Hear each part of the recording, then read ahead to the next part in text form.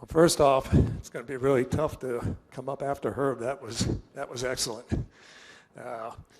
My name's Stephen Bubb, and first off, it's really great to get back up in this area. My high school years, I lived across the state line in Towanda, and I worked for a gentleman who had owned a number of tree farms, including one in Dundee, New York. So I'd have to come up here and spend some time in Dundee working at his tree farm. And unfortunate thing was on Fridays I'd have to go home, so I'd have to go right past Dundee Speedway as the race cars were going in. And that was always tough to do, being a real true racing fan. Little background, I am from the Harrisburg area, live right across the river from Harrisburg. I have a fortunate spot because we're right in the middle of a racing hotbed down there. From my house, if the wind's blowing right, you can hear Williams Grove Speedway running. You can hear Susquehanna, which is now BAP Speedway. You can hear that track running.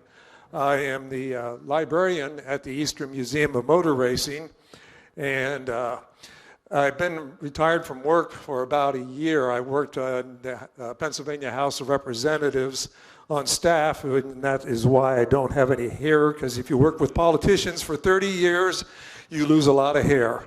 And I'm really glad I got retired. I did a lot of things in motorsports. I was a corner flagman, assistant flagman. I've worked on pit crews. I have done scoring, been a head scorer. I've been a publicity director at Williams Grove Speedway for a while when they had the Saturday night series. So I've been very involved in racing, but it's working with the Eastern Museum of Motor Racing as a librarian, which has just been absolutely fascinating. Any museum, like the museum you have here, is a treasure. I hope everybody appreciates what you have here. Each museum is just, they're priceless, and what we're doing to save racing history is, we have to do it because so much racing history is being lost every single day, and we have to preserve every little bit of it. So I'm going to be talking about 1920s and 1930s racing. The United States entered the 1920s having just come out of World War I. The American public was hungry for entertainment. Leading the way in summer sports was naturally baseball. Also attracting plenty of the public's attention was automobile racing. Automobile competition was going through its growing pains as it entered the 1920s. Tracks were plentiful as horse tracks dotted the countryside. As 1920s racing began, there were two basic forms of dirt track competition. There were the stock cars, the road cars of the day. The second form was the engineered machines constructed for the speedway. Now this is Speed Gardner's car. And this was from the 1920s, I believe it was 1928 that this photo. The second form is of interest. Today we call them sprint cars. A look at the history of the sprint car shows the name came about late 1950s, 1960. Prior to that time, they were known as big cars. This leads to an interesting discussion that was recently occurred. Racing historians go with what I term the Chris Economaki rule. Economaki, the dean of motorsports, said the term big car came with the arrival of midget racing. When midgets burst upon the scene in 1934 and 1935, promoters began referring to the other racing cars as big cars. This was shown to be true in advertising from the mid-1930s. Racetrack promoters would often state in their advertisements that they were having races featuring big cars, not midgets. So what were the big cars prior to the arrival of midgets? Often newspapers just announced automobile races with no distinction between stock car and manufactured racing machines. One term I found used in newspapers, and the term I use, is speedsters. Another term I noticed was light cars. There is one problem. In 1920s newspapers, mainly in Philadelphia and Altoona, I found where they referenced the cars as big cars. This creates an issue with the Chris Economaki rule. I brought up the concern with noted racing historian Tom Schmee. It left both of us puzzled. And for those of you that know Tom Schmee, tell him I said don't get a big head because I mentioned him today. Tom's a good friend of mine. I decided to look into 1920s usage of big cars, and I came up with two theories. The first is engine size. At some of the races during the 1920s, they split the cars by engine size. They had a class for cars using engines 450 cubic inches and less. There was a second class using engines 320 cubic inches or less. Big car may refer to the cars using the larger engines. A second theory deals with a traveling racing group. In the 1920s, there was a traveling racing group that staged exhibition races. They featured cars called tiny cars. I was fascinated about this form of racing and located a newspaper photograph of a tiny car. They were the forerunner of the Midget, and if you look down here in the corner, this is a tiny car. This was at Shenley Park in Pittsburgh. And they're about the same size as a Midget. And as you can see, this car has headlights on it, but it is basically about the same size, and they used an outboard engine like the early Midgets used. An interesting thing about Shenley Park. Shenley Park, we have discovered, was the first track in Pennsylvania to hold an automobile race. We first thought it was in Philadelphia in 1899, and I was doing some research on 1899 motorcycle racing, and I found results, and it said the winner won a July 4th, 1899 motorcycle race at Shenley Park. And I thought, we have no history of that. So I immediately dug into Pittsburgh newspapers, and sure enough, there was an automobile race July 4th, 1899 at Shenley Park in Pittsburgh. And track is still there. It's now a running track. So Shenley Park was actually the first track in Pennsylvania to hold an automobile race. After discovering the tiny car group, the term big car, was possibly used to separate the two forms of cars. For this discussion, I will use the term speedsters. We have speedsters becoming big cars, and big cars eventually becoming a sprint car. As racing entered the 1920s, competition was mainly on horse tracks. There were a few raceways built exclusively for automobile racing. However, the overwhelming number of races were on fairground horse tracks. I do want to point out an interesting aspect to racing research. My history research hero is Joanne Freeman. Ms. Freeman is one of our country's leading historic researchers. Through studying Ms. Freeman's research, I learned that too often we get locked into the well-traveled path. To find missing history nuggets, one must veer off the well-lit, well-traveled path and instead venture into history's dark, unlit alleys. By rooting through history's sometime unkept past, the gems that were missed come to life. Using this line of thought, I went to work on the existence of 1920 racing facilities. Almost every county had a fairground horse track, and automobile races were prevalent at these facilities. What too many researchers miss are the small town horse tracks.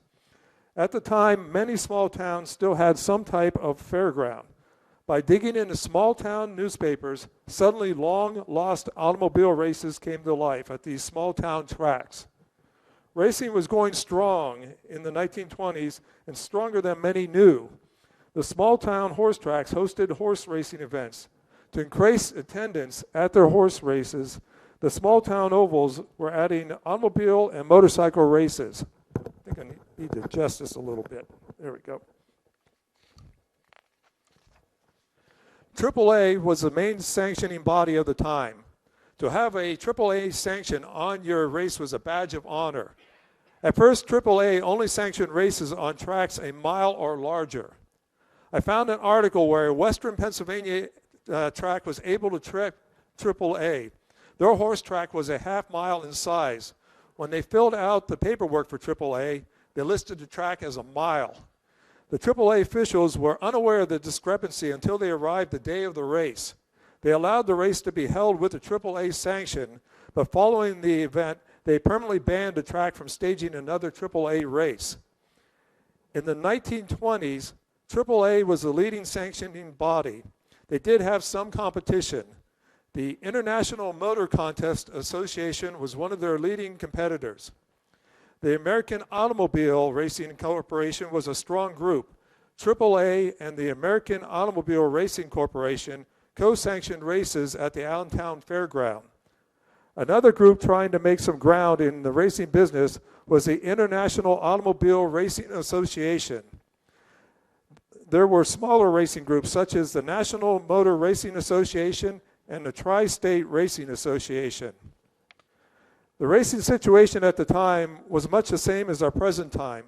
If AAA sanctioned the event, usually a handful of AAA stars would participate in the race. The remainder of the racing field was filled out by local stars. It was a situation that could be compared to our present-day World of Outlaws or All-Star circuit. They bring in some of the star drivers, and the remainder of the field will be local competitors. One star driver every track was hoping to draw was Ralph De Palma. De Palma won the 1915 Indianapolis 500. During his career, at some point, he held every speed record from a half mile to the Indianapolis track.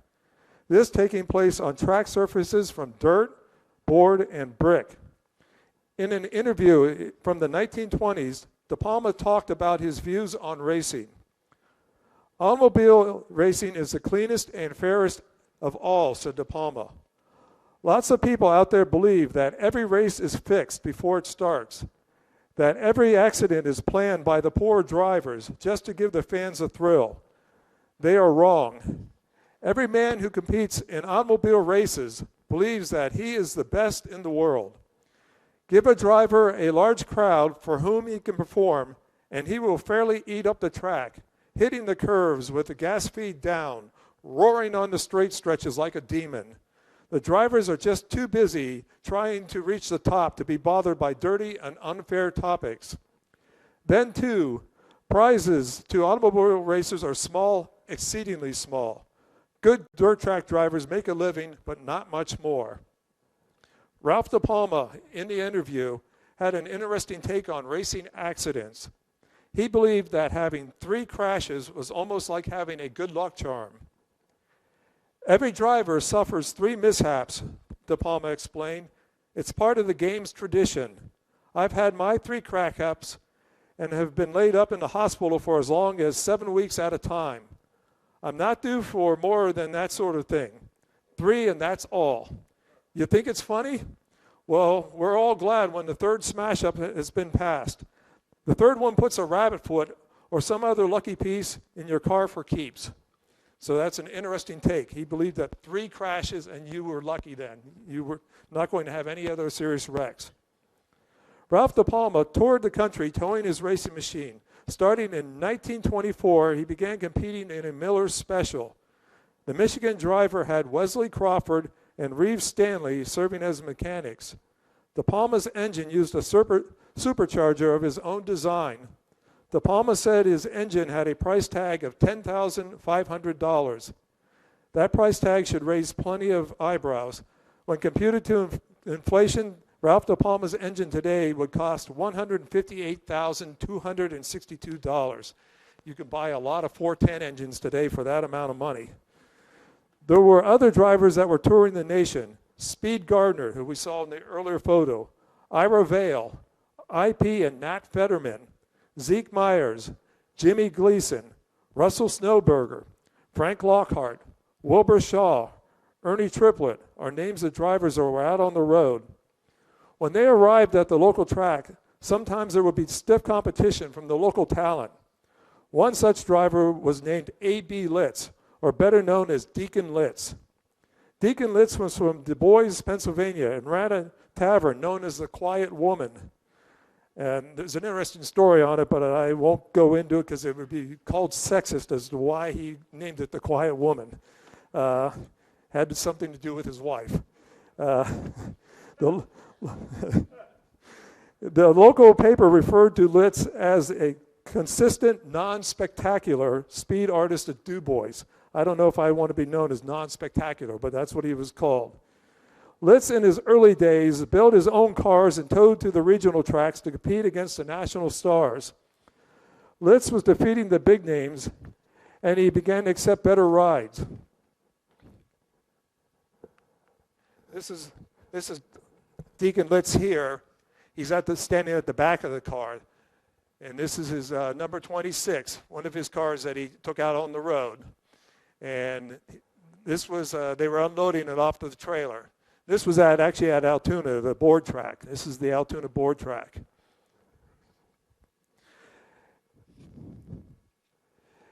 Litz eventually went from local driver to national driver. He competed in 12 Indianapolis 500s.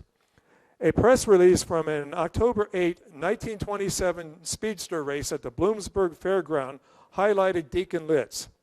On a day when the grandstands were sold out and people were sitting in the aisles, the racing commenced with an invitational race. Deacon Litz defeated the field of 7 in a 10-lap race. Then his day hit a major issue. Deacon Litz, read the press release, owner of a $20,000 Miller Special, while in time trials, suffered heavy damage to his machine when a piston broke and plunged through the engine block. Automobile men estimated the damage at several $1,000s. Litz previously had won the 5-mile invitational event, and there was every indication he would lead the field in every race in which he participated. Did you take notice in the price of his race car? A $20,000 race car at that time was a top-line machine. When adjusted for inflation, today that race car would be worth $285,262. That's for a dirt track car. An interesting side story on Deacon Litz. When Prohibition hit, Litz was arrested for violating the Prohibition laws. His sentence was to come in May, the same month as the Indianapolis 500. Litz made a deal whereby he pled guilty to violating the Prohibition laws. Judge A.R. Chase sentenced Litz to 3 months in county jail along with a fine of $400. As part of the deal, the judge suspended the sentence until December after all racing was completed. So Litz cut a real nice deal. Another driver that would take the money from the national stars was named Lafayette Stallman, better known as Leif Stallman. Stallman competed at tracks that were outside the AAA sanction. AAA had a ban on their drivers competing on tracks outside AAA sanction. Some of the drivers did race at non-sanctioned events using an alias, which sometimes makes it difficult for racing historians. Some of the star AAA competitors raced in the outlaw races. The Brookville, Pennsylvania driver traveled around to several states and was quite successful competing in his 16-valve Dodge. In 1924, he made the decision to retire from racing. In the Jefferson Democrat newspaper, Leif Stallman placed an advertisement listing his race car for sale. The advertisement read, "For sale, racing car, elegant condition, equipped with the best racing equipment money can buy, has record for half-mile track of 29 seconds, has record for mile track of 52 seconds, is light and fast, will sell to the right quick buyer. Reason for selling, am in business and cannot follow it up." Another probable reason for his 1924 retirement came on August 9, 1924. He was leading a race when a lap car crowded him into the fencing. His Dodge struck the fence and a 12-year-old boy that was sitting on the fencing, instantly killing the child. Stallman's car went down an embankment and landed on a sand pile. Stallman had several broken ribs, severe cuts, and a wrenched back. Stallman's retirement was short, though. He built a new car called a Fronte Buick. He took a Frontenac and a Buick, combining parts from both machines, and that's this car up here. Stallman constructed a new, quick car. Stallman became an outlaw driver long before the term outlaws became popular. He sought out high-paying races around the Middle Atlantic region. In 1926, the new Kensington half-mile track, located north of Pittsburgh, opened. The track, called the $1 Million Speedway due to the cost of building the raceway, opened with a non-sanctioned automobile race. To attract attention, plus drivers and racing fans, the raceway's management decided to pay $1,000 to the winner. Today, many tracks pay $1,000 to the winner. That money brought Leif Stallman. Stallman won the race taking the long route. Noticing The track was rough on the bottom. Each lap, Stallman was against the outside rail. Stallman estimated he probably ran an extra quarter mile each circuit of the 200-lap race. Stallman's outlaw style caught up to him in 1926. AAA began to move into the tracks that dotted the western section of Pennsylvania. AAA made an ultimatum. You have to join AAA if you want to compete in our races. If you join AAA, you can no longer race at tracks not sanctioned by AAA. On July 24, 1926, Stallman won a AAA-sanctioned race at the Du Bois Fairground. A week later, he was competing in a race not sanctioned by AAA. AAA's action was quick. On August 4, AAA announced Leif Stallman was disqualified from the Du Bois win because the July 31 race was a contest neither sanctioned nor supervised by the contest board. AAA also announced Stallman was permanently barred from any further AAA contests.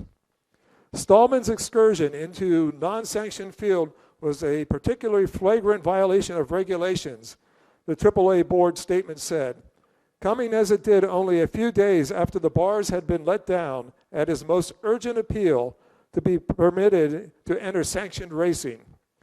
When the tracks at Butler, Pennsylvania and Mon City, Pennsylvania entered racing last May, all Western Pennsylvania drivers were given an opportunity to join.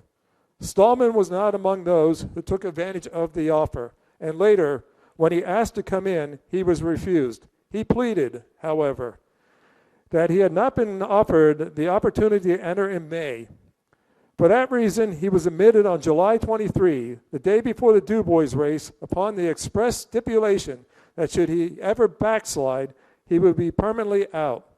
Yet in the face of that agreement, he raced outside the following week.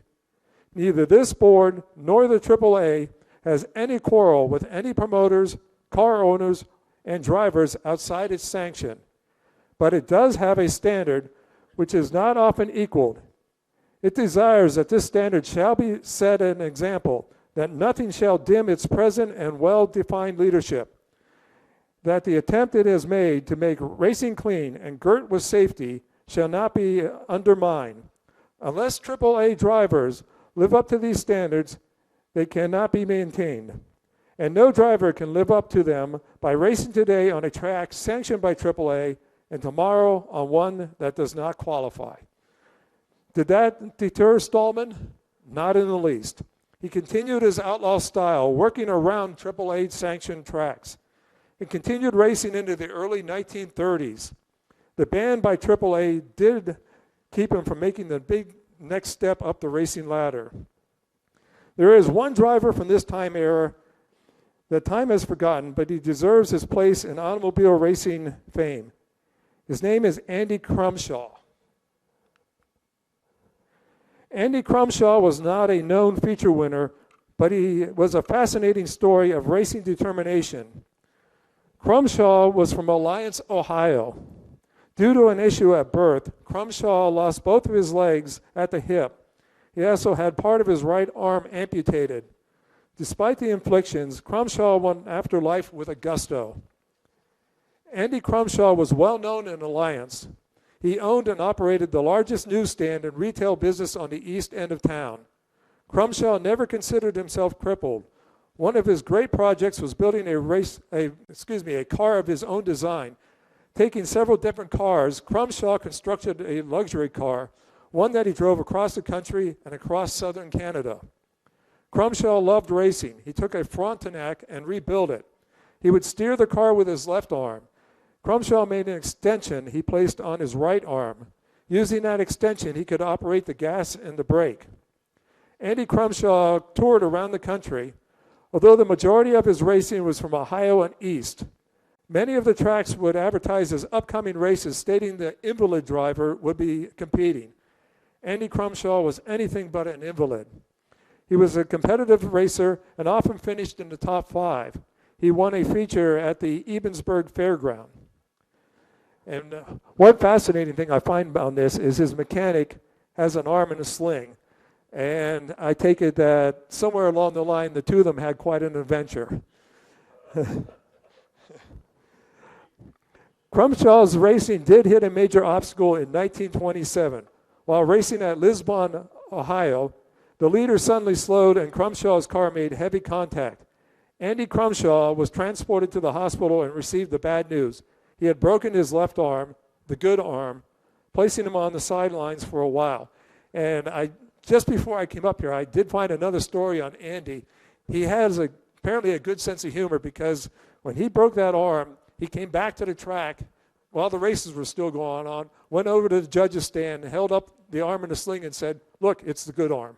So he apparently had a very good sense of humor. Racing popularity was strong. This is a young driver just making his start, and it's a driver that anybody who follows racing will know. This is Lenny Duncan, and this is at Deer Park, New York. And we think this is probably about 1925, 1926, somewhere in there. We received at Eastern Museum many of Lenny's photos, and this was at the bottom of the box. And one day I was rooting through, and I thought, oh, this is just absolutely tremendous. That's an amazing photo. In going through newspaper accounts of races, both AAA and non-sanctioned, the announced crowds were amazing. Often the attendance at half-mile races would be around 20,000, sometimes greater. Racing was profitable, and this money brought the seedier underside into the sport. There were reports of promoters taking the money and running. The sport also attracted the attention of organized crime. I found two interesting stories about organized crime in the 1920s. The first came in 1922. It's actually not a dirt track. This is the Uniontown Speedway. It was one of the leading raceways in the country. The criminal element saw an opportunity and began sending individuals into the track to open a betting line. A lot of money was exchanging hands as bets were being placed not only on the outcome of the race, but on other elements of the event. In 1922, the track's management learned of the activity and alerted the police. The Speedway's management issued a press release stating that no gambling will be allowed inside the track's gates. The press release read, "A number of sportily inclined gentlemen have been attempting to make books on the big event, and it is to block the plans of these men. Anyone detected making a bet at the track on Saturday will be ejected without ceremony.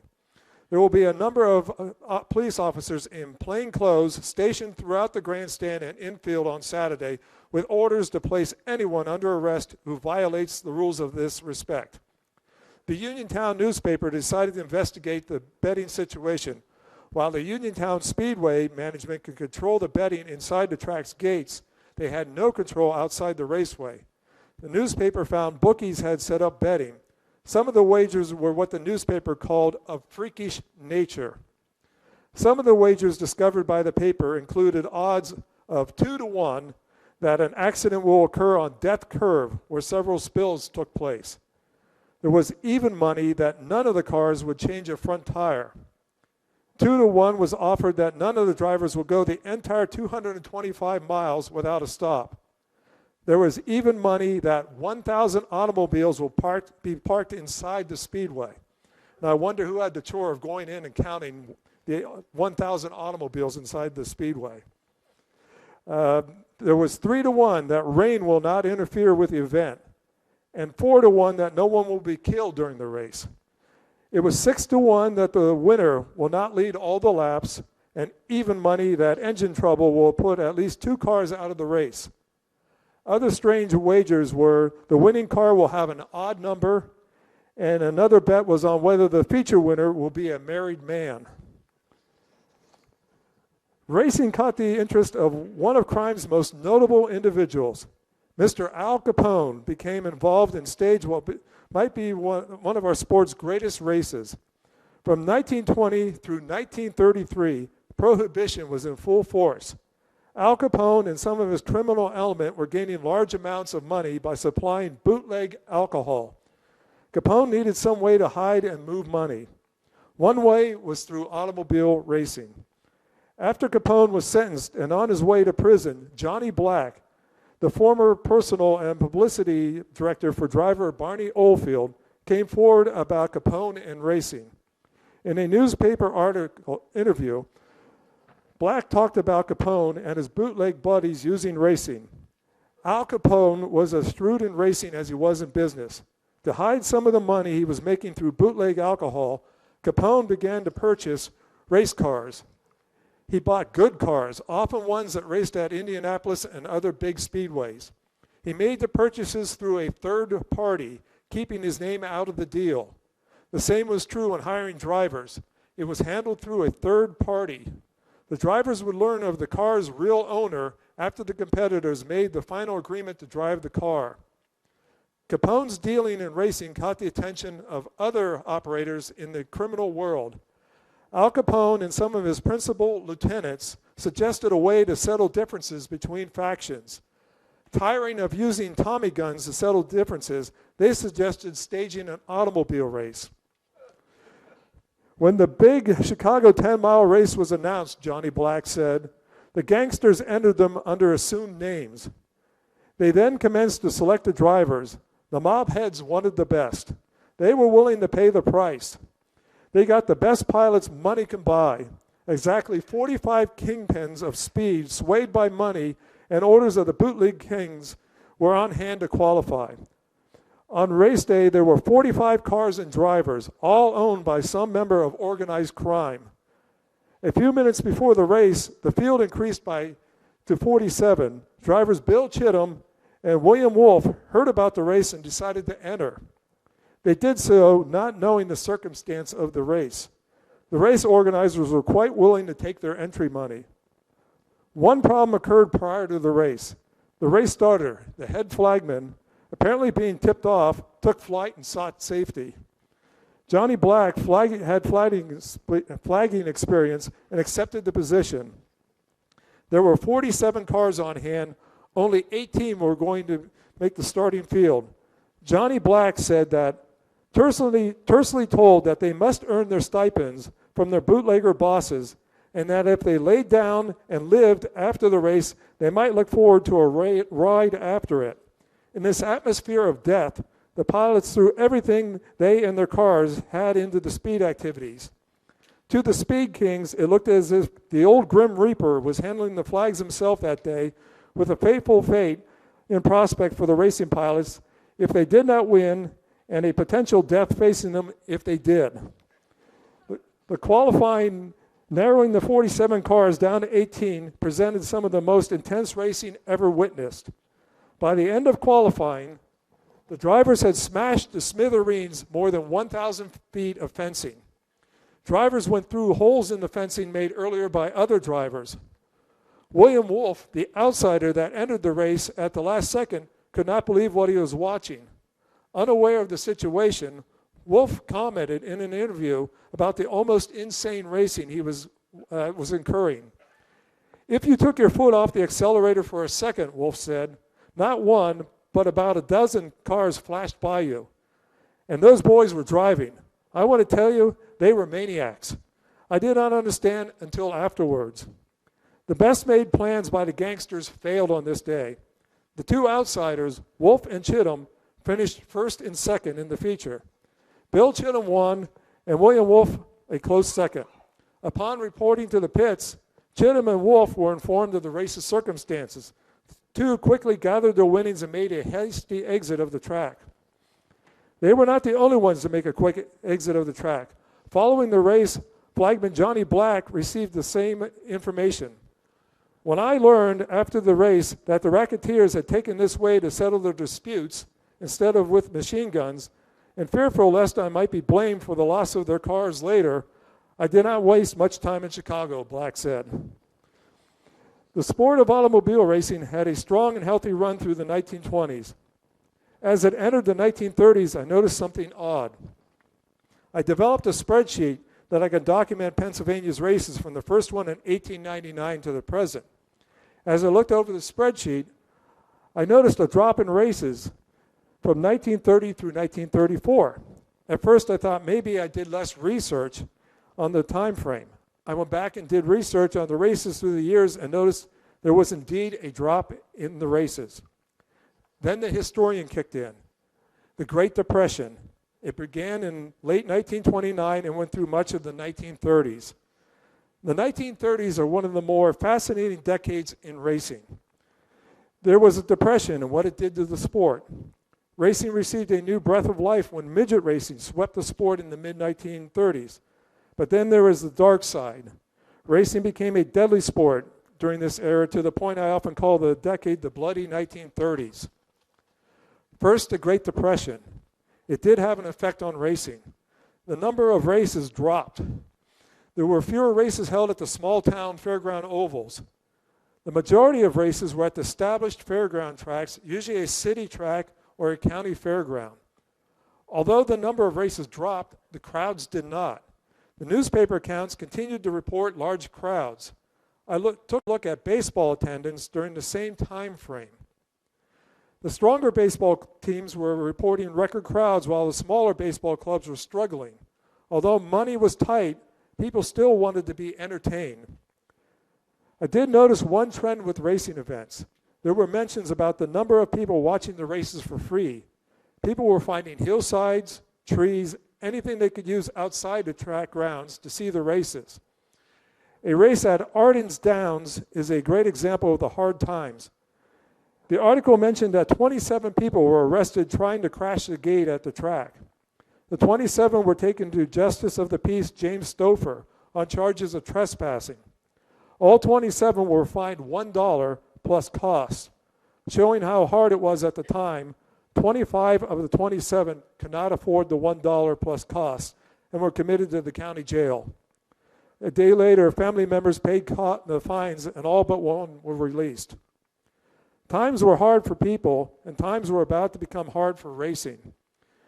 There was a problem brewing, and by the middle of the 1930s, it had become a serious issue. When racing began, the horse tracks were fine for automobile racing. As racing entered the 1930s, the cars were becoming much quicker. As racing went through the decade of the 1930s, racing was outgrowing the horse tracks. The fairground horse tracks had safety features that were fine for horses, not for automobiles. The single-board wood fence could not contain the speedy cars. The fairground complex allowed fans to watch races from almost every inch around the track. The lack of fencing and the spread-out spectators led to deadly results. Frankly, and I have to really say this, there are times I wonder how racing ever survived the 1930s. Week after week, there were newspaper reports of drivers losing their lives. There were numerous reports of fans being killed when cars went through fencing. One of the racing's greatest stars, by 1933, became one of its more outspoken opponents. Barney Oldfield, a member of AAA's contest board, suddenly could no longer see a future for the sport, mostly due to the carnage. The San Francisco Examiner newspaper was the perfect place for Oldfield to make a statement about automobile competition. The Examiner was a quite anti-automobile racing paper during the 1930s. Automobile racing has outlived its usefulness, Oldfield said in his interview. It has ceased to be racing and has become merely a morbid and brutal spectacle. The science of speed has reached a point where any manufacturer can produce a car which will satisfy any sane buyer. Few of your average automobile race fans know or care anything about the finer points of the cars or the racers. They watch without interest the most skillful and delicate driver, but let a tire burst, a wheel skid, a car brake for the fence, and they are out of their seats in a flash. A soft spot on the track, a piece of broken metal, a speck of dirt in an oil feed, these things and not engines, experience, or skill are the things which win automobile races now. Racing cars are now too fast for the tracks, and I doubt safe tracks can ever be constructed, especially with the demand for more speed and more hazards. As for the proposal to require promoters to post bonds to provide for the dependents of those killed or permanently injured, Henry Ford took out insurance on every driver and mechanic as a personal gift to them. I quit racing for two reasons. First, there is no money or future in it for the driver. Second, because of the ever-increasing dangers with the demand of speed and more risks. I knew I would get mine someday if I continued on. And I doubt if any kind of examination can ensure that the drivers in a race are physically or mentally fit to enter. Why, Tommy Milton, one of the greatest of racers, drove for years and he was blind in one eye. Bill Denver, who raced at Indianapolis, had an arm he couldn't even bend. If there must be automobile racing, I favor a return to strictly stock car racing and the elimination of specially built racers, constructed for speed alone. These frail, highly powered cars built for racing are a danger to the driver and themselves. When there is a crash, they crumble like tin. Although the government, for the most part, remained out of racing, some local governments stepped in to increase safety. In August of 1937, the government of South Bend, Indiana, decided to pass a bill regarding the safety at the Playland Park racetrack. The editorial staff of the South Bend Tribune supported the bill. The members of the city council have shown sound judgment in making a bill to protect spectators when automobile races are held at Playland Park, the editorial read. The new ordinance requires that a promoter of such races must pay a license fee of $100, be insured to the amount of $5,000 a person and $100,000 an accident, that the insurance must be with a company listed at no less than $1 million, and that a retaining wall must be erected to protect spectators. This ordinance will be regarded by automobile race promoters as exceedingly severe, but it will be endorsed by spectators and thoughtful persons who have the good sense to appreciate why it was created. There was one major safety issue, and that was dust. In researching racing during the 1930s, so many articles mention the dust. The dirt horse tracks, paired with the increasing power and speed of the cars, brought billowing, blinding dust. The dust dramatically increased the danger factor of automobile races. I found two interesting stories that highlight the dust dilemma. The first was at the Bloomsburg Fairground. This is Doc McKenzie at the Bloomsburg Fairground. That's Doc going up against the fence, and you can see the amount of dust there. This was actually a good race for them. This dust is not that bad. And yeah, that's Doc there. I'm not sure who's on the inside.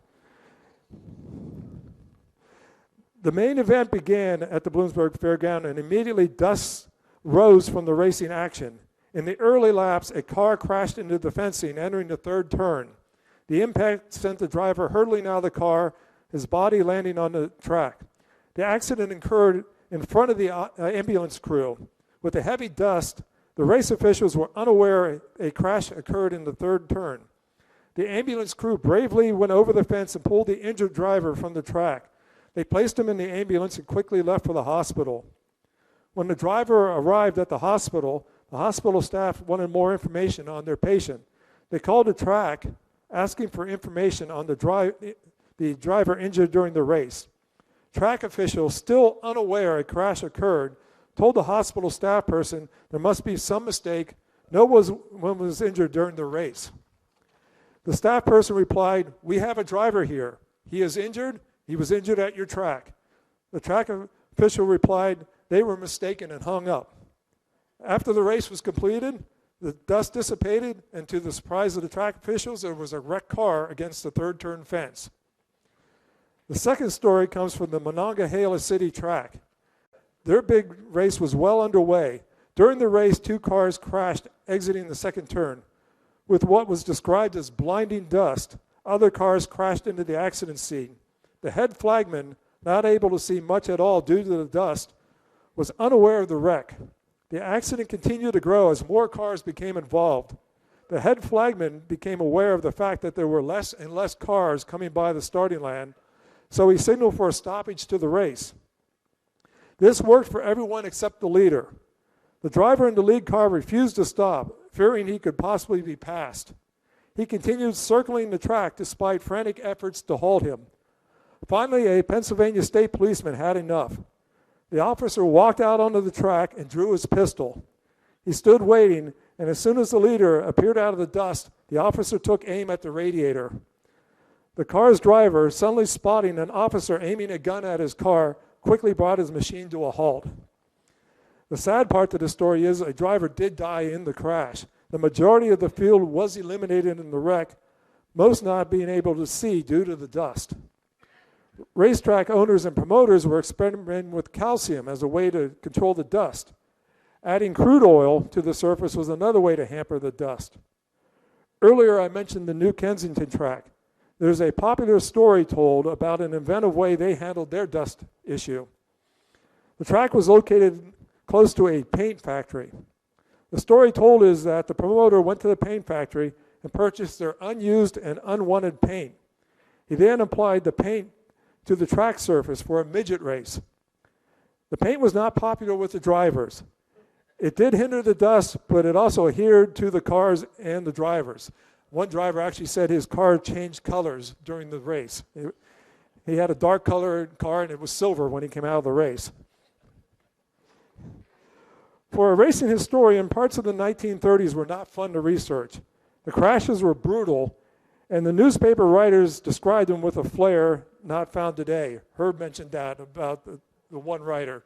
Back then, writers really described the crashes. I was researching a July 4th, 1936 race at Jenner's Speedway that had a double fatality. The writer from a small town newspaper described the accident with such detail that it was absolutely, I guess the best word would be horrific. That is when I began to wonder how racing survived the 1930s. When you read Chris Economacki's tremendous book, Let 'Em All Go, and if you haven't read it, definitely read it, you begin to understand the decade and the racing.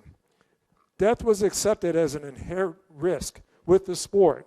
As Economacki pointed out, if a driver perished in a crash, they cleared the accident scene and went back to racing. This occurred with the Jenner's crash. As horrendous as the crash was, they cleared the incident and went right back to racing. AAA continued to be the leader of race sanctioning. AAA took a firm control of any rough riding during their events. They started to crack down because of the accidents.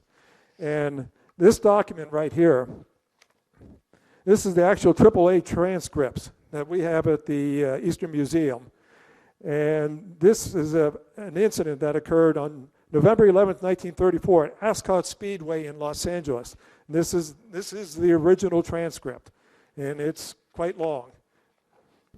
Floyd Roberts and Kelly Patillo were fighting for a lead on the last lap when Roberts was accused of forcing Patillo off the track. The AAA hearing board held a hearing to decide if punishment was due, and that's what this whole document is. This is the hearing. At the end of the hearing, the members were told the punishment that could be handed down if needed.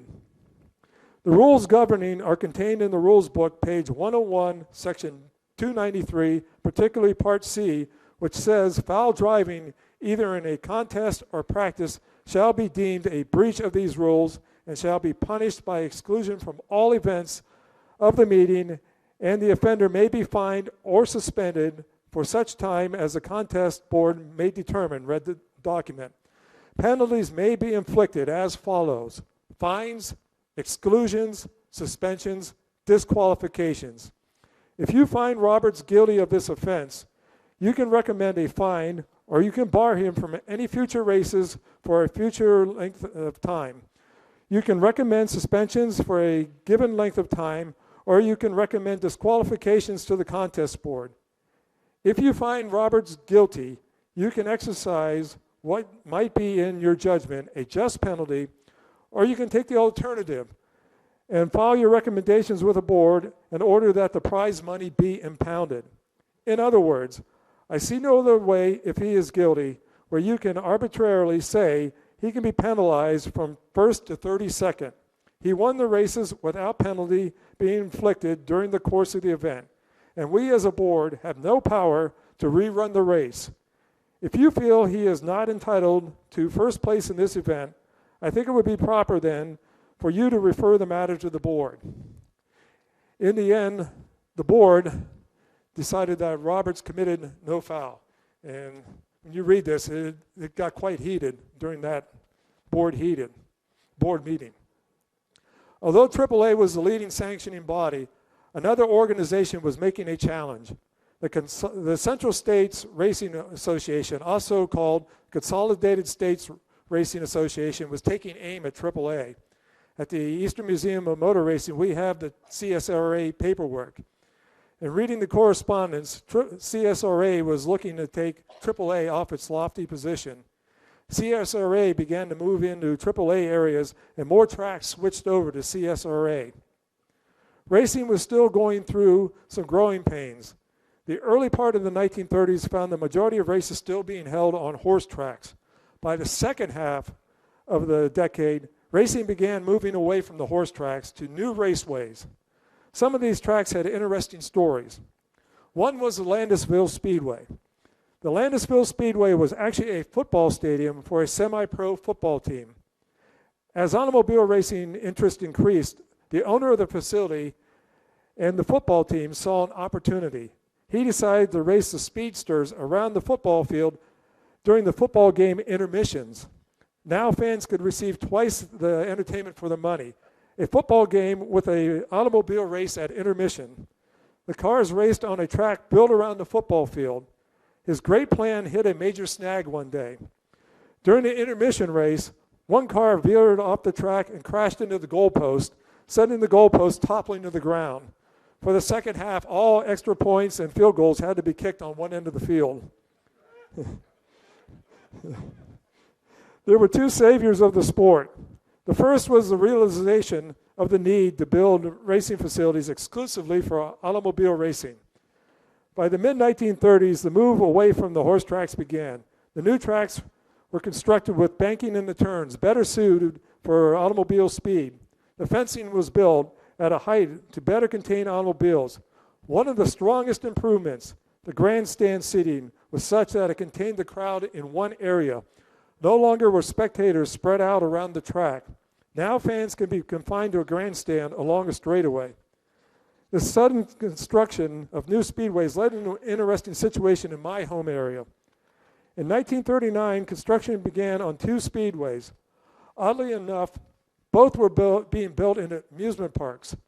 The first was at an unincorporated area known as Hershey. The second was at a small railroad hamlet known as Williams Grove.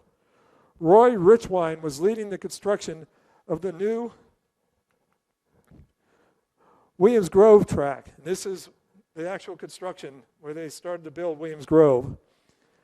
While Milton Hershey of Hershey chocolate fame was heading up the Hershey project. Many do not realize Milton Hershey was a racing enthusiast. Around 1920, he bought a large amount of land outside of the Hershey area. Milton Hershey bought the land with a vision of constructing a large road racing course. That plan never came to life. Milton Hershey and Roy Richwine suddenly realized they had a problem. Both of their new tracks were going to open the same week. The two agreed to have a meeting. At the end of the meeting, they came to agreement. The Hershey Speedway would open on Thursday and Williams Grove would open on Sunday. The second savior of the sport came, according to racing historian Crocky Wright, on June 4, 1933, at the Hughes Stadium in Sacramento, California. On that day, a new form of racing came to life. Midget racing was born and would soon be sweeping eastward. On June 10, 1934, promoter Bill Putnam staged the first Eastern Midget race. This held at Olympic Park in Irvington, New Jersey. Malcolm McKenzie is listed as winning the first Eastern Midget race. As 1934 progressed, midget racing spread through New Jersey and New York. At first, the cars were crude, but the sport attracted the attention of speedster stars. Soon, Bill Holmes, Bill Morrissey, Bill Schindler, Doc McKenzie, and a young driver known as Len Dumpkin were competing in the midgets. By 1935, the sport had grown enough that the East Midgets had their first drivers group with the formation of the Eastern Auto Racing Association. Soon the Interstate Racing Association, the Keystone Racing Association, and the American Midget Racing Association were a part of the 1935 racing scene. Promoter Bill Heiserman introduced a new form of lining up the cars called handicapping, or reverse start. It met with resistance at first, but by the end of 1935, it became accepted. Midget racing captured the fascination of the American public. The small racing machines could race in new forms of racing venues. The high school stadiums became a popular racing facility as the small machines battled on the high school tracks. Stadiums of all types, be it football or baseball, were now new venues for the midgets. The popularity of the midgets cannot be understated. Promoter Bill Heiserman stated that he paid out $192,018.50 in midget purses in just 1934 and 1935. Using the inflation calculator today, that would be $3,555,078 for midget racing in 2 years.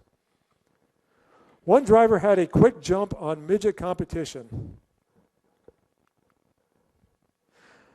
Bill Betterman of Los Angeles, California, became a quick star in midget competition. Betteridge was a part of the earlier mentioned Tiny Car group. Betteridge was the 1934 West Coast Midget Champion. By 1934, the midgets had a number of venues around Los Angeles area. Tracks such as Moto Stadium, Gilmore Stadium, Loyola Stadium, Pershing Park, and Seaside Park were midget havens. Of those tracks, only one remains. Seaside Park today is Ventura Speedway. Gilmore Stadium is actually the CBS Studios in Los Angeles. A 1934 press release captured the popularity of West Coast midget racing and the popularity of driver Bill Betteridge. The number one topic on West Coast these days is the birth of the exciting sport of midget auto racing, which has been playing before banner crowds, stated the release. Most of that excitement has been produced by a smiling young teenager named Billy Betteridge, who has just been proclaimed the 1934 West Coast Midget Champion. This clean-cut Los Angeles youngster built a so-called experimental midget back in 1932 and ran a few exhibitions with it. When Ken Brenneman and Hap Woodman decided to join forces and get others interested in the small cars, Billy Betteridge was attracted to this group, and it wasn't long until he was in the thick of things. Billy Betteridge had fooled around with the marine outboards for a couple of years and felt that the Cayley outboard engine would be suitable to mount in his homemade chassis. Little did he realize the eventual success that was about to come his way. Betteridge was lauded by many who witnessed the little car in action. Betteridge and his Cayley were the combination, and after 4 promising outings in 1933 at Loyola Stadium, he came into his own during the past season. He racked up a phenomenal record of 30 midget wins and with 8 straight at Gilmore Stadium and 6 out of 8 starts at Moto Stadium in Long Beach. Billy finds enough time out of a busy schedule to teach Sunday school class and focuses on clean living, mentally and physically prepared, and will and determination to win. That's what he has done. He's just made to order for the mantle of a champion and displays the humility of one of racing's finest personalities. Betteridge's story comes to an unfortunate end. On June 8, 1937, he was fatally injured in a wreck on the opening lap of a feature at Atlantic Stadium. Billy Betteridge, a point champion at Moto Stadium and the National Midget Circuit of California champion, left an impression on West Coast fans, as per this press release note. The greatest tribute ever given paid a driver, stated the release, was given Betteridge when 6,000 fans to a man remained for over an hour patiently waiting for an announcement as to his condition. When the announcement finally came, they were told that their beloved idol had passed on. They filed out in silence. On the East Coast, midget racing opened the sports door for many aspiring drivers. One was Joe Pacino from Woodside, Long Island.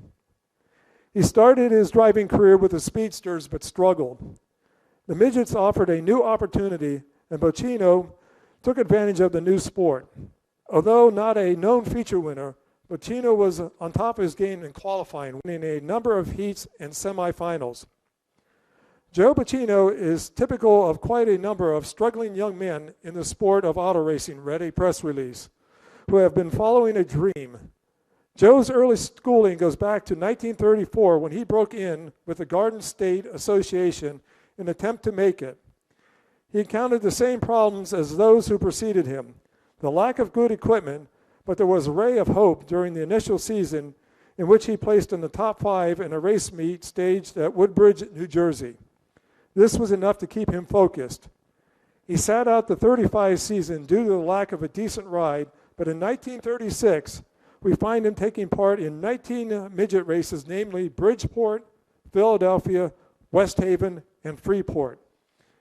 He tried his hand with a marine-type power plant known as the Van Blurk, but has since shifted his attention to the Ford 60, which is proving to provide that necessary step to make move his career along. Born and raised in Scranton, Pennsylvania, Joe now makes his home on Long Island, which puts him in close proximity with the tracks that make up the Heiserman circuit. Midget racing became so popular, it was almost possible for a driver and race team to compete every night.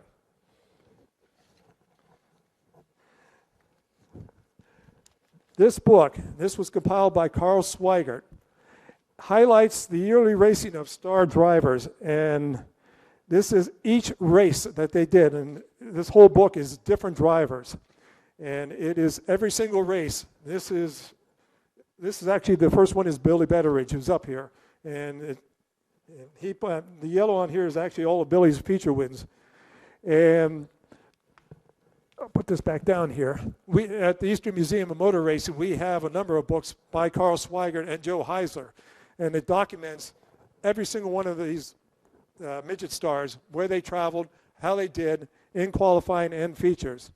And there's an interesting aspect to this, and that is travel. We have to remember that this was prior to the freeways.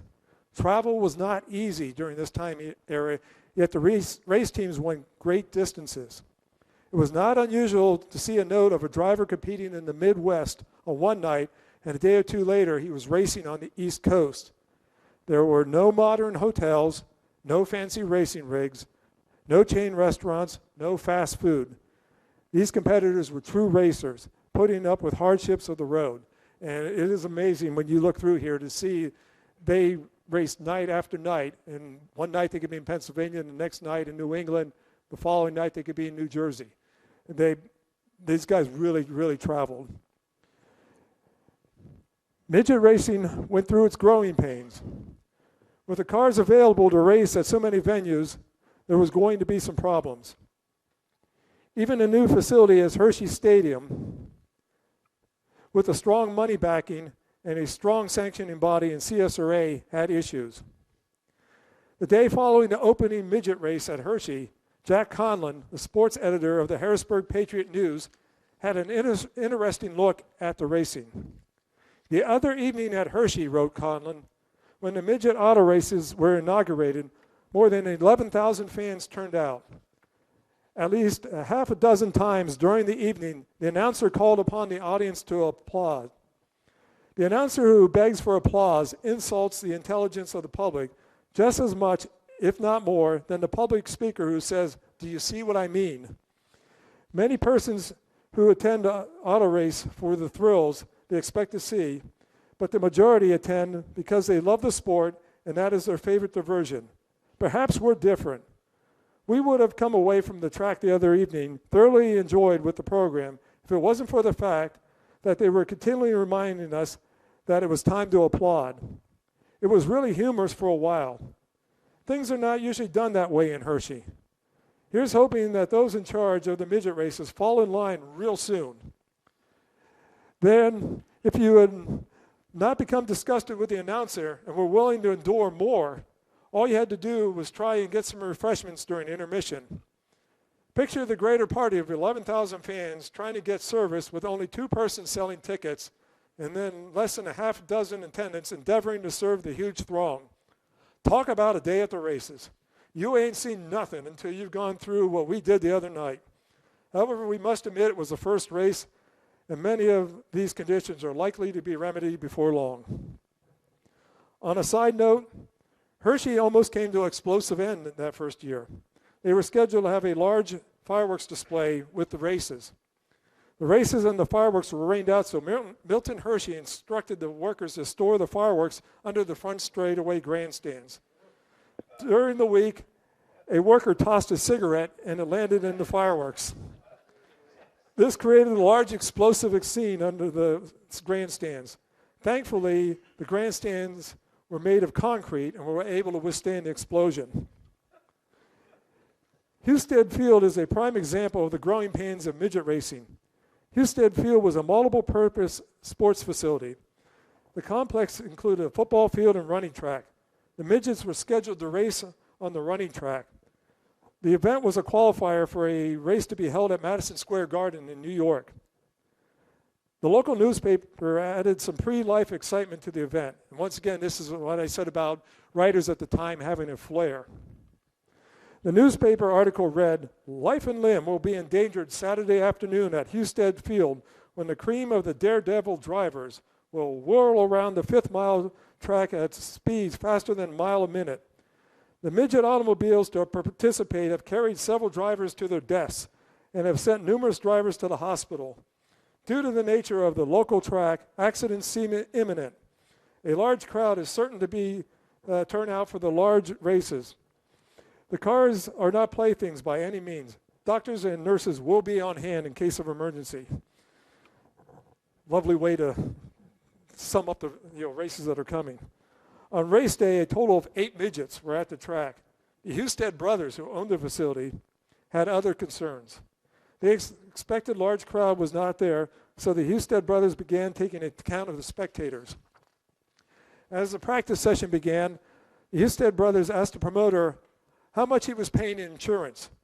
The promoter replied he had no insurance on the race.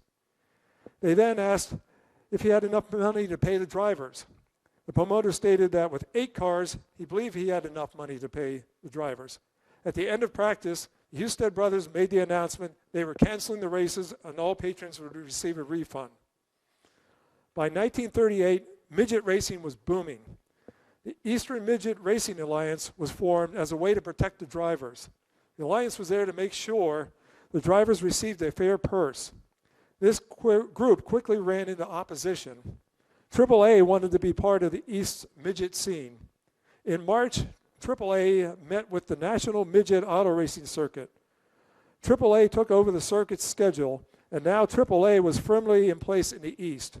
To show the strength of AAA, this was their weekly East Midget schedule. Sunday nights, they had racing at Nutley Velodrome and the Coney Island Velodrome. On Monday, they sanctioned races at Cedarhurst and Bridgeport. Tuesday night, they were at Yellow Jacket and the Bronx Castle Hill. Wednesday night, they were back at Nutley and Coney Island. Thursday, they returned to Cedarhurst and West Haven. Friday nights were for Yellow Jacket and Bronx Castle Hill. And they finished the week on Saturday at Long Branch. That is 14 races in 1 week for AAA. And that was all season long. There is one track on that list that needs mentioning. The Nutley Velodrome. The Nutley Velodrome was a bicycle track located in Nutley, New Jersey. And Herb mentioned about this earlier. The track was a 6 mile in distance, 45-degree banking in the turns. People thought promoter Jack Kochman was crazy when he suggested racing midgets at the velodrome. Even Kochman had some doubts when he enlisted drivers Bill Scarnates and Red Redmond to take some practice laps. Following that section, Kochman believed midgets could race on the velodrome surface. Kochman had an open practice, and the first driver on the track, Ernie Gessel, turned a lap in 8.4 seconds at a speed of 72 miles per hour. That's 72 miles per hour on a 6-mile track. By the second practice session, they had lap times under 8 seconds. Racing great Tommy Hinnershins once talked about racing at Nutley. With the track's small size and steep banking, Hinnershins said you would lose all perspective when on the track. The cars would circle the track so quickly that you would lose track of which straightaway or which turn you were in. He said you would go up, you would go down, you would go up, go down constantly. You had no idea where you were on the track.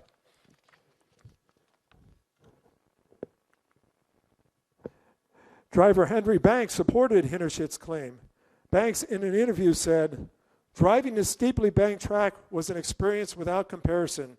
Because of the blinding speeds, a driver never knew just where he was on the banks." And you can see, I mean, this doesn't even really show the degree of banking on the tracks. But as Tommy said, when you come off the turn, you would dip down and then you go back up on the straightaway, then you dip down to go into turn and go back up. So you never knew you were down, up constantly. The track was doomed from its opening day. Ken Fowler's crash into the outside railing injured 13 spectators. The local residents were unhappy over the massive traffic jams, and they considered the track a nuisance. A group of citizens asked for a revocation of the racing permit, but town Mayor Frederick Young allowed racing to continue. What was interesting about Nutley opening was the Tri-City Speedway opened the same night, and the two tracks were only a few miles apart. Tri-City had 41 cars, while Nutley had just over 20. However, Nutley had a sellout crowd, whereas Tri-City had a slim turnout. Nutley's lifespan was just over 1 year. On August 8, 1939, Carl Hattel was killed in an accident. He was the third fatality in 60 races at the velodrome. The town of Nutley had enough, and racing was banned from the velodrome.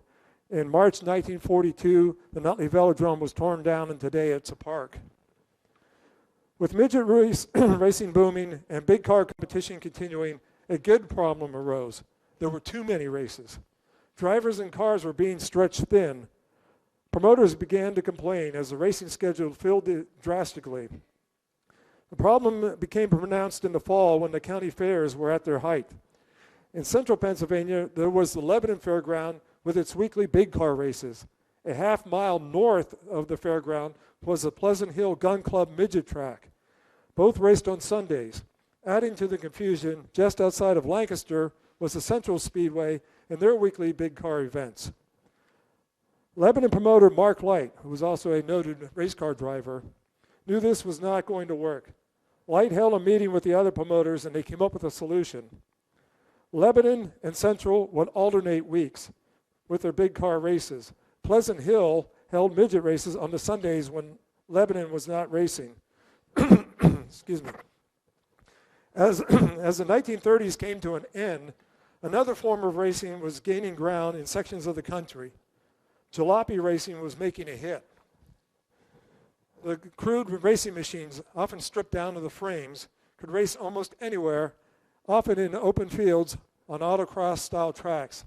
This very cheap form of racing became a sudden money-maker proposition.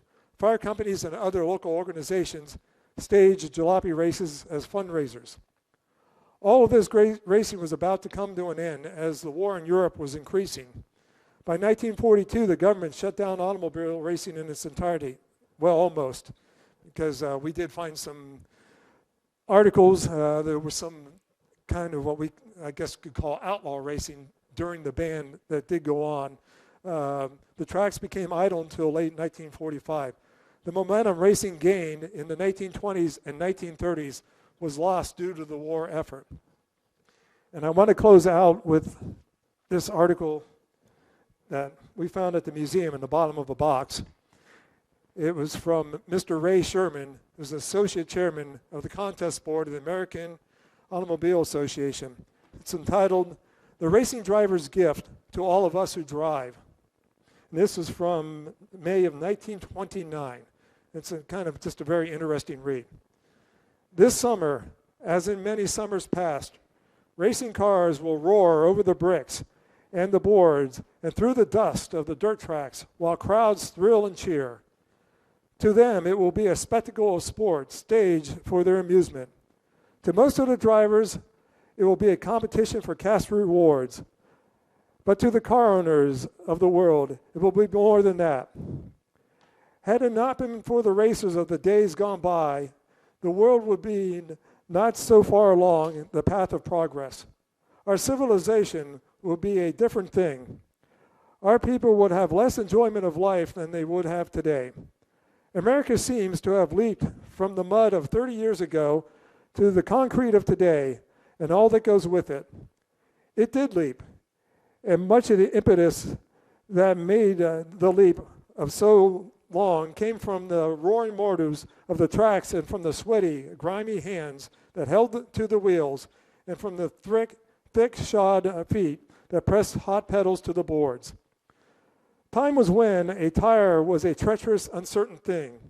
It was a creature of hope or despair, according to whether it had or had not played the tricks upon its owner. Better tires? Maybe someday. Then the racer went out upon the tracks and burned them up and tore them apart until the fame of the Goodyears and all the rest of them began to dim.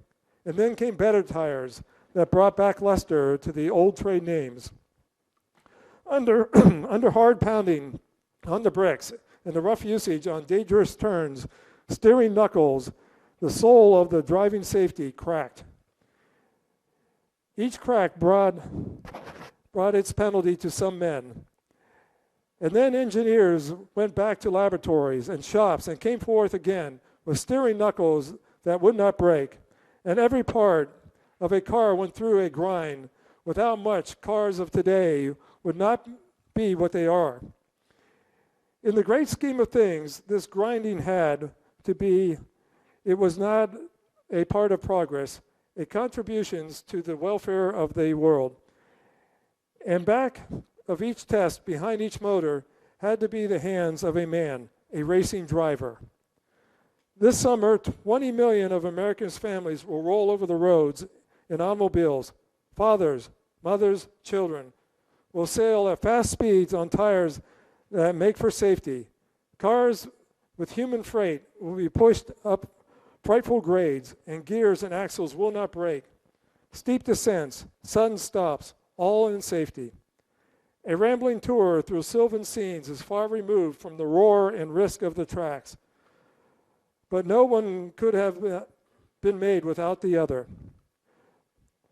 The no man's land of science has always lured the few, and the many have always reaped the real rewards. Perhaps someday a public place may hold a monument to the real racing driver, the man who brought safety to all who drive. So I thank everybody for being here today. Does anybody have any questions? Yes. Late 60s. Back in the late 60s, I lived in Binghamton, worked there for a while, and there was a fellow that I worked with that was from Susquehanna County, and he had a couple of stock cars, and he mentioned that they used some kind of a black asphaltic substance they got as waste material from a paper mill. And he said he didn't know what the stuff was, but it kept the dust down. Any idea? Okay. Hold on, Mike. At one of the tracks in northeastern Pennsylvania called Herb Harvey Speedway down in Lemon, Pennsylvania. I know her very well. Okay. The first time I ever went down there, I saw what they call the black goop on the side of some of the race cars. When I inquired to what it was, they told me it was the liquid waste from the Charmin toilet paper factory down in Tunkhannock. That it was effective. It was seriously effective. It was very messy, but it was effective. I have heard stories of waste being dumped on tracks. Matter of fact, there are some tracks that when they have turned them into developments and stuff, things like that, I am really shocked that they haven't been condemned as waste sites because of the things they dumped it. And if you actually look at some aerials of old tracks, they turn up very easily because, as we have always thought, the amount of crude oil and things that they dumped into the surface, nothing can grow there. So some tracks are very easy when you look at aerials to find because of the amount of things they dumped into the surface.